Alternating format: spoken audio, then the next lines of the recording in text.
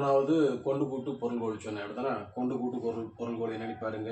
இந்த வார்த்தையை சொல்லி பாருங்க. கொண்டு கூட்டு பொருள்கோள், அதாவது ஒரு செய்யுள் இல்லைன்னா பாடல் அப்படின்னு ஞாபகம் வச்சுக்கோங்க. அந்த செய்யுள் வரிகளில் இல்லை பாடல் அடிகளில் பலவாறு சிதறி கிடக்கக்கூடிய சொற்களை, அந்த பாடலில் செய்யுளில் பார்த்தீங்கன்னா சொற்கள் அங்கெங்கேயா சிதறி இருக்கும், அங்கெங்கேயா மாறி மாறி இருக்கும். அந்த அங்கெங்கேயா மாறி மாறி இருக்கக்கூடிய அந்த வார்த்தைகளை நமக்கு பொருள் எடுக்கிறதுக்கு தேவைக்கு ஏற்ற மாதிரி அந்த சொற்களை ஒன்றோடு ஒன்று கொண்டு கூட்டி பொருள் கொள்றதுனால தான் இதுக்கு கொண்டு கூட்டு பொருள்கோள். நான் இப்போ இப்படி சொன்னோம்ல, இதை நீங்கள் மைண்டில் வச்சுருங்க. ஆனால் எக்ஸாம்பிளை வச்சு பார்க்கும்போது எளிமையாக புரியும். பலவாறு சிதறி கிடக்கக்கூடிய சொற்களை நம்ம தேவைக்கு ஏற்றது மாதிரி புரியுதா, தேவையான இடத்துல கொண்டு கூட்டி ஒன்று சேர்த்து பொருள் கொள்ளக்கூடிய முறைக்கு தான் என்னது கொண்டு கூட்டு பொருள்கோள். எடுத்துக்காட்டு பாருங்க.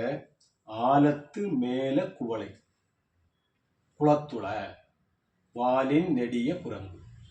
இதை இப்படிதான் நீங்க பிரிச்சு படிக்கணும். ஆலத்து மேல குவளை, எல்லா இதுலயும் உள்ள எக்ஸாம்பிள நல்லா படிச்சு வச்சிருங்க. நிரல்நிறை பொருள்கோள் ரெண்டுன்னா, அந்த நிரல்நிறை பொருள்கோள் முறை நிரல்நிறை பொருள்கோள்னா அன்பு மரண உடைத்தாய் நில்வாழ்க்கை மைண்டுக்குள்ள வச்சிருங்க, ஞாபகமா வச்சிருங்க. அதே போல எதிர் நிரல்நிறை பொருள்கோள்னா விலங்கோடு மக்கள் அணையர் இளங்கு நூல் கற்றாரோடு ஏனையவர். ஆற்று நீர் பொருள்கோள்னா என்னது சொல்லரும் சூழ் பசும் பாம்பின் தோற்றம் போல அப்படின்னு ஞாபகம் வச்சிருங்க. அடுத்தது கொண்டு கூட்டு பொருள்கோள்னா ஆலத்து மேல குவளை, குளத்துள, வாலின் நெடிய குரங்கு. இப்படி மைண்டுக்குள்ளார எக்ஸாம்பிள் முதல்ல எடுத்துக்காட்ட படிச்சு விவாடப்படம் பண்ணி இது எதுக்கு இதுன்னு மைண்டுக்குள்ள வச்சிருங்க. சரி, அப்பதான் உங்களால கண்டுபிடிக்க முடியும். ஓகேவா? அடுத்தது நம்ம சொல்லக்கூடியது கொஞ்சம் மைண்டுக்குள்ள வச்சிருங்க. என்னன்னா ஆலத்து மேல குவளை, இது என்ன தெரியுமா பொருள்? ஆலத்துனா ஆலமரம், ஆலமரத்துக்கு மேல குவளை அப்படின்னு சொல்லக்கூடியது தண்ணீர்ல குளத்துல இருக்கக்கூடிய ஒரு மலர், குவளை மலர். சரியா? அப்ப ஆலமரத்துக்கு மேல குவளை மலர்னு சொல்லியிருக்காங்க. நல்லா புரிஞ்சுடுங்க. ஆலமரத்துக்கு மேல குவளை மலர், குவளைன்னு சொல்லக்கூடிய ஒரு மலர் இருக்கும். அடுத்தது பாருங்க குளத்துள, குளத்துளனா குளம், குளத்துக்கு உள்ளாலன்னு அர்த்தம். குளத்துளனா குளத்துக்குள்ள. வாலின் நெடிய குரங்கு, நீண்ட வாலை உடைய ஒரு பெரிய குரங்கு குளத்துக்குள்ள இருக்கு அப்படின்னு சொல்லியிருக்காங்க. இது கரெக்டா? பொருள் சரிதானா? அப்ப என்ன அர்த்தம்னா ஆலமரத்துக்கு மேல வாலின் நெடிய குரங்கு, புரியுதா? அப்ப இங்க என்ன வரணும்? குவளை இங்க வரணும், குவளை இங்க வரணும், குரங்கு இங்க வரணும்.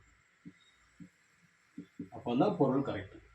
இப்ப படிங்க. ஆலத்து மேல குரங்குன்னு சொன்னா கரெக்ட் தானே? ஆலமரத்துக்கு மேல குரங்குன்னு அர்த்தம்.